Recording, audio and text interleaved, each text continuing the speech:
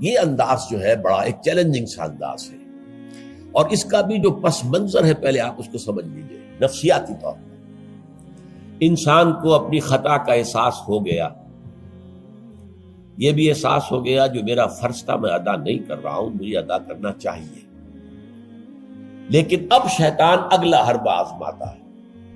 دیکھو ابھی فلاں کام پڑا ہے، ابھی فلاں کام ہے، ابھی بیٹیوں کے ہاتھ پیلے کرنے ہیں، ابھی یہ کرنا ہے، ابھی بچے تمہارے چھوٹے ہیں، ابھی تمہارے بیٹوں کی تعلیم کا مرحلہ ہے، میاں ہو جانا ٹھیک، بعد میں سارے تقاضے مطالبے پورے کر لینا، پہلے یہ ذمہ داریاں تو پوری کرو۔ یہ حقوق العباد ہے بھائی، حقوق اللہ سے بڑھ کر ہے، یہ حقوق العباد ہے، اس کے لیے لگے رہو، پوری اپنی توانائیاں قوتیں صرف کرو، مال بناؤ، پیسہ کماؤ، تاکہ یہ ساری ذمہ داریاں ادا ہوتے رہنا۔ بعد میں ٹھیک ہے ذرا فراغت حاصل ہو جائے، پھر تم سب اپنے آپ کو، اپنی پوری توانائیوں کو، اپنے پورے وقت کو اللہ کے لیے لگا دینا۔ یہ ہے تاخیر اور تعویق، اس کا حربہ شیطان کا، یہ سب سے بڑا۔ کر لیں گے بھائی، کر لیں گے، کوئی نہیں، ابھی ذرا جلدی نہیں، ابھی فلاں کام ہے، فلاں فرائض ہے، فلاں ذمہ داریاں ہیں، ذرا ان سے نمٹ لوں، پر اگر میں ریٹائر ہو جاؤں سروس سے تو پھر میں سارا اپنے آپ کو لگا دوں گا۔ وہ ریٹائرمنٹ کرتے ہیں اس وقت جب آپ کے اندر رہتا ہی کچھ نہیں، اگر آپ کے اندر کچھ رہ جائے تو وہ چھوڑیں گے آپ کو، وہ ساری توانائیاں تو گئی، اب تو آپ کھوکھلا ایک ڈھانچہ لیے پھر رہے ہیں، آپ کے اندر صلاحیت اور قوت کہاں ہے اب؟ لہذا یہ سارے دھوکے شیطان کے ہیں۔ اس میں ایک چیلنجنگ انداز میں علم یعنی وقت آیا نہیں ہے ابھی اہل ایمان کے لیے، کس چیز کا انتظار کر رہا ہے؟ جو جیسے ہی خیال ہو جائے کہ واقعی یہ فرض ہے، فوراً لبیک کہو۔ تم نے اگر کسی بھی پہلو سے تاخیر اور تعویق کا راستہ اختیار کیا تو یہ شیطان کے پھندے میں گرفتار ہونے کا وہ راستہ ہے اصل۔ وہ شیطان پھر چھوڑے گا نہیں، پھر وہ اسے آپ کو اپنے فتراک کا نخچیر بنا لے گا، اپنے تھیلے میں شکار کی حیثیت سے، جیسے کہ آپ تیتر بار کے تھیلے میں ڈال لیتے ہیں شکار کر کے، اس کے فتراک کے نخچیر بن کر رہ جاؤ گے، پھر آگے نکل نہیں سکو گے۔ یہ تاخیر اور تعویق جو ہے، یہی ہوا تھا غزوہ تبوک میں۔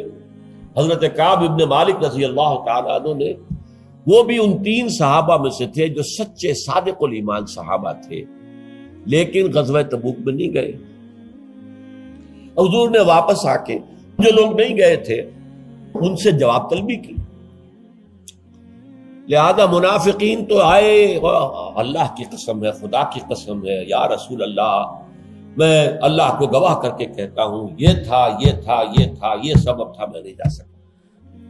حضور فرماتے تھے مسکراتے، اچھا جائیے تشریف لے جائیں، کوئی پکڑ نہیں۔ یہ آئے جب کعب ابن مالک تو حضور کے چہرے پر مسکراہٹ تھی، تنزیہ مسکراہٹ۔ آپ فرمائیے آپ کیوں نہیں گئے تھے ہمارے ساتھ؟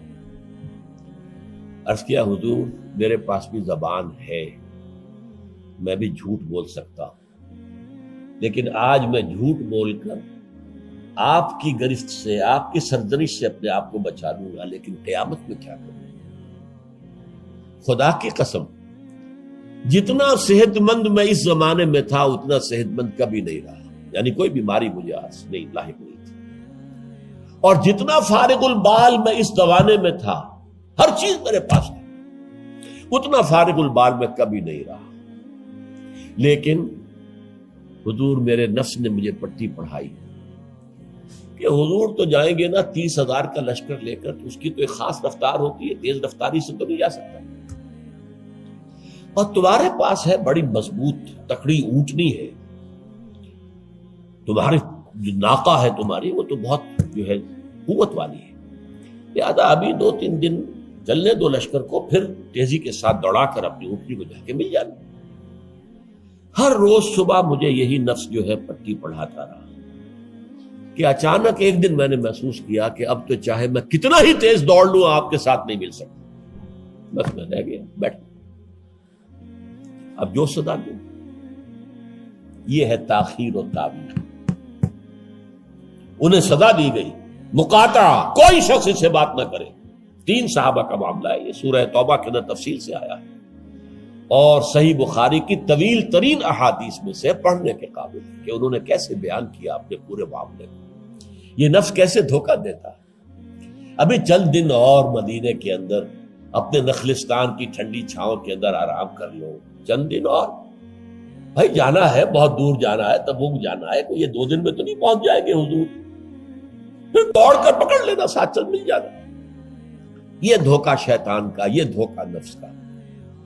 یہ ہے الم یأن للذین آمنوا ان تخشع قلوبہم لذکر اللہ وما نزل من الحق.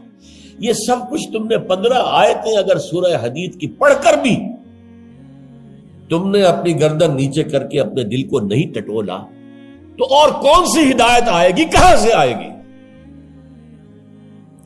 15 آیتیں سورہ حدید کی پڑھ کر بھی. تو کیا ابھی وقت نہیں آیا اہل ایمان کے لیے؟ کس کا انتظار ہے؟ کس چیز کا انتظار؟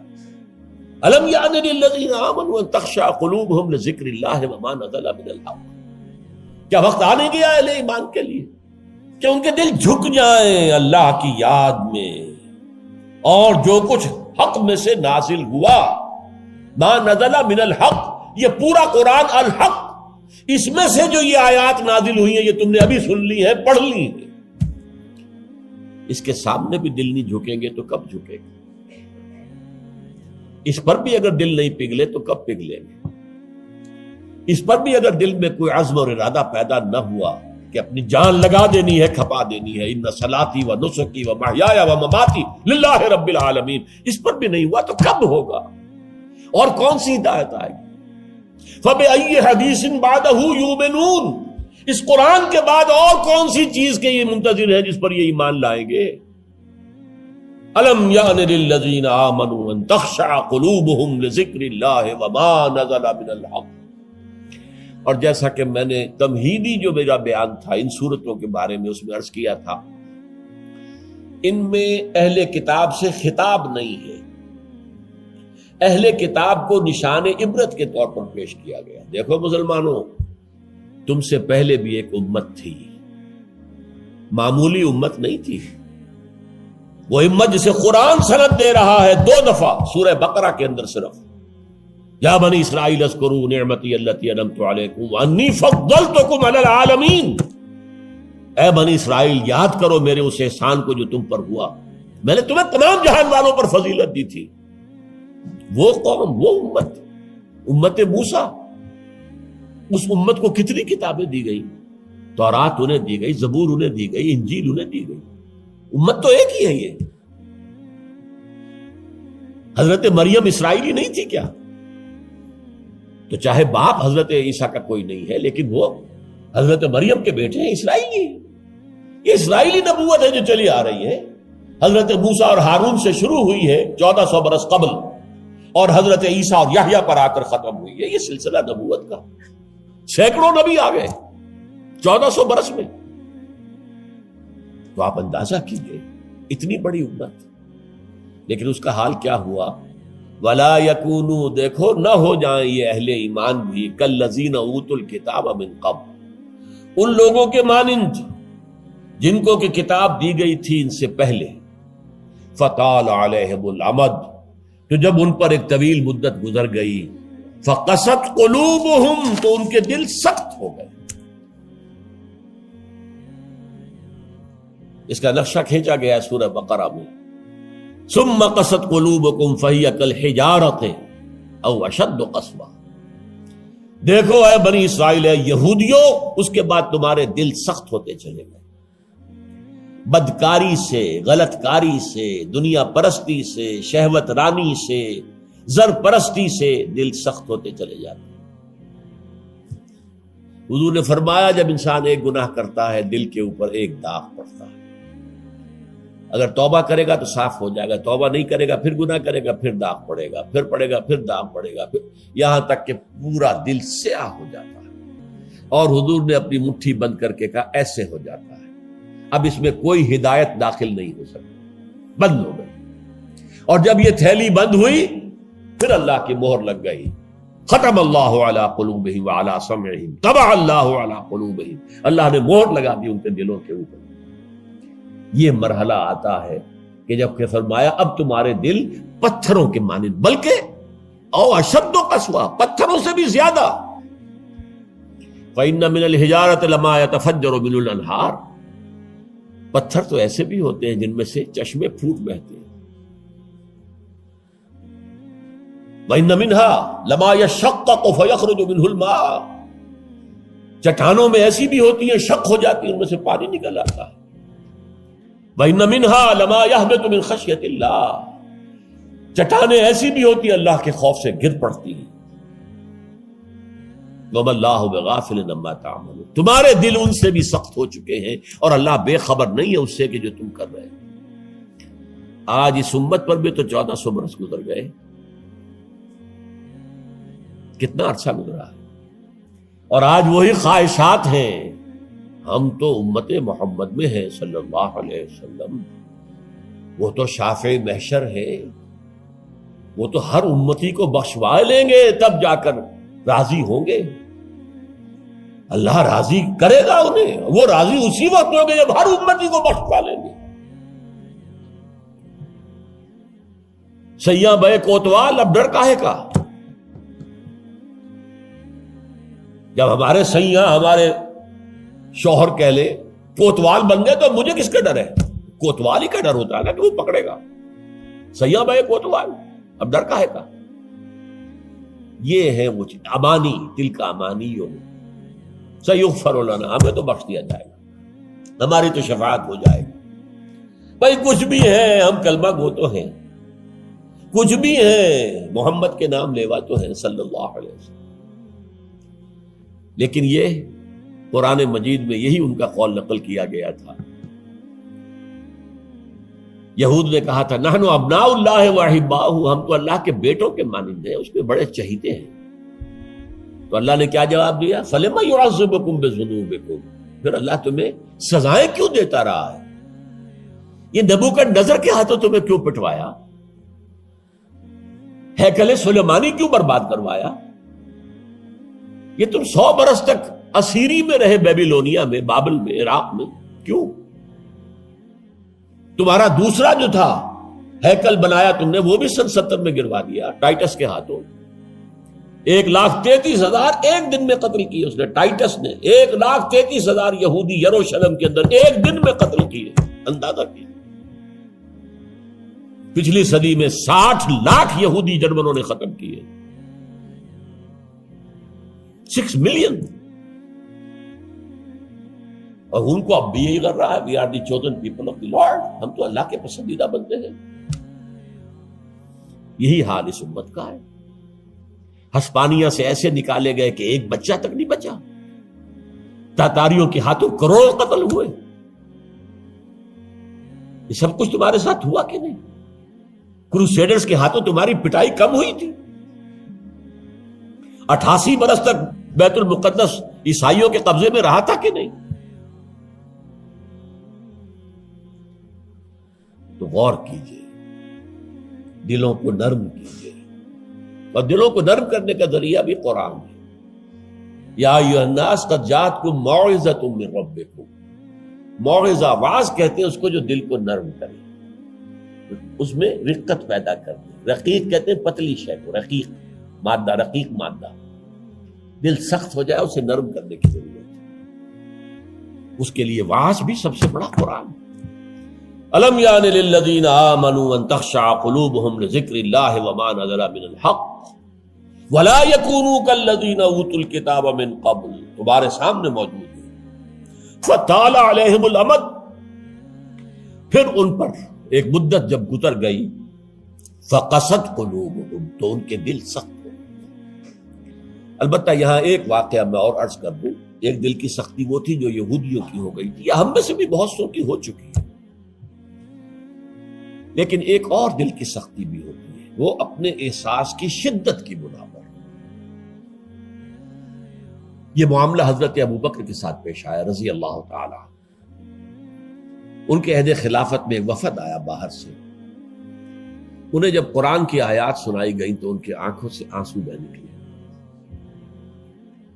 حضرت ابوبکر نے فرمایا ہاکذا کنا حتی قست القلوب، ایسے ہی ہم بھی ہوتے تھے، قرآن سنتے ہی، قرآن پڑھتے ہوئے ہمارے آنکھوں سے آنسو جاری ہو جایا کرتے، یہاں تک کہ ہمارے دل سخت ہو گئے.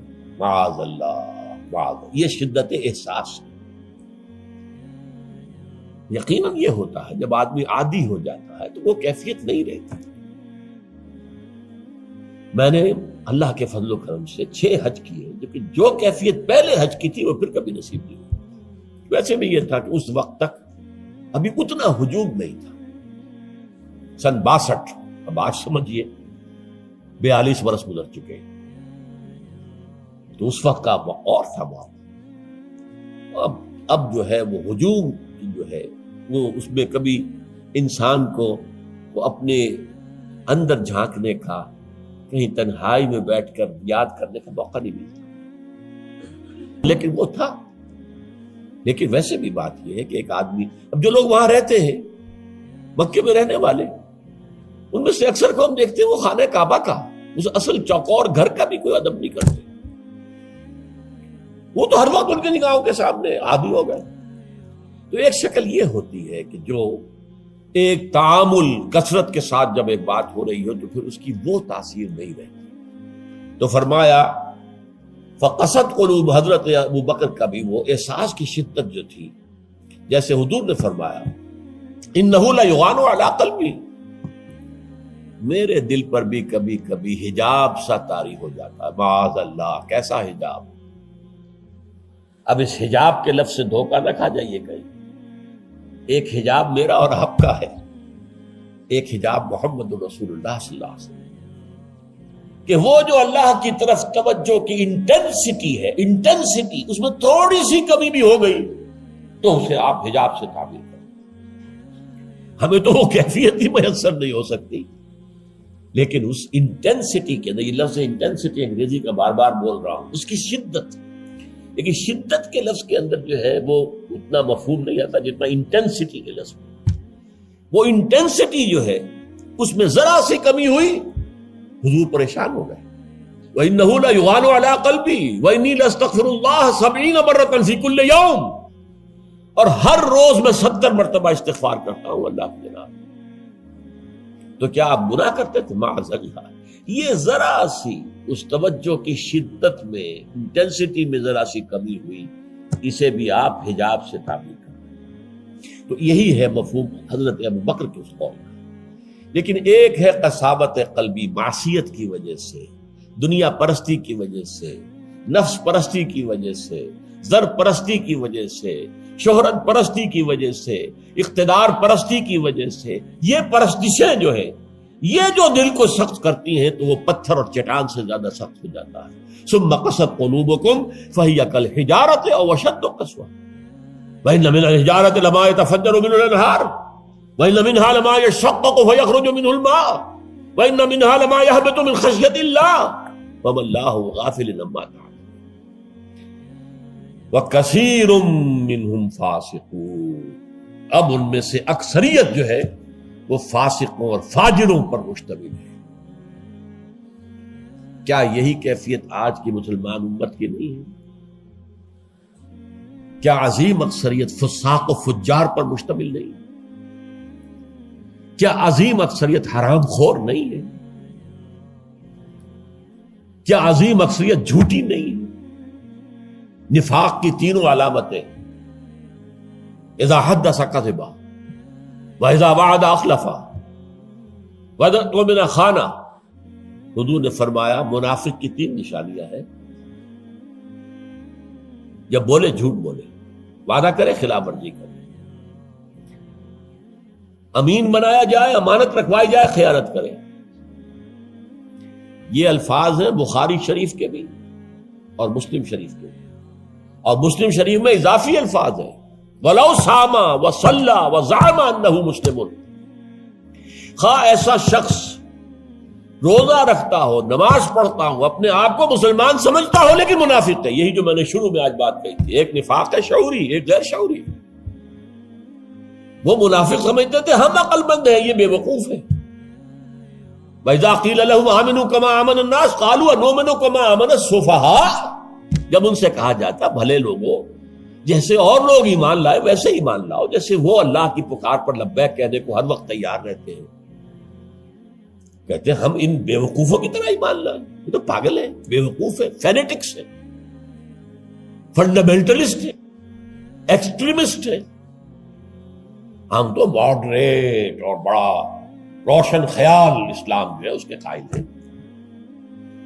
جب ان سے کہتا تھا فساد مت مچاؤ، کہتے تھے ہم تو مسلح ہیں بھائی، ہم تو چاہتے ہیں صلح. یہ محمد ہے صلی اللہ علیہ وسلم جنہوں نے یہ جنگ کا بازار گرم کر دیا.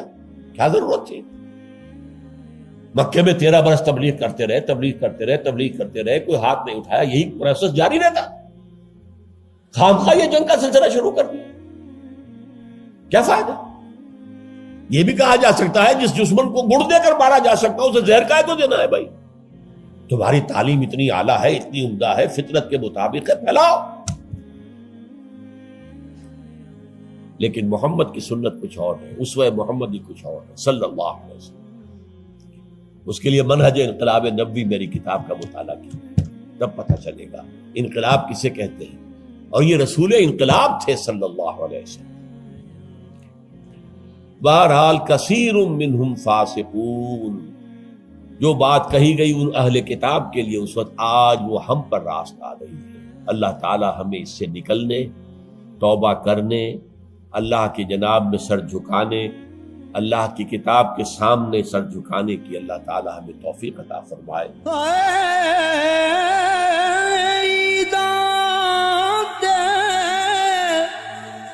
شب رات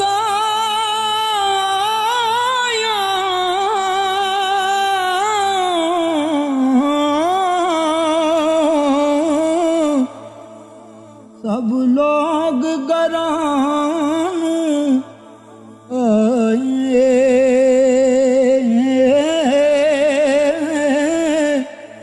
او نہیں آئے او پرت محمد جو آپ ہتھیں دفنا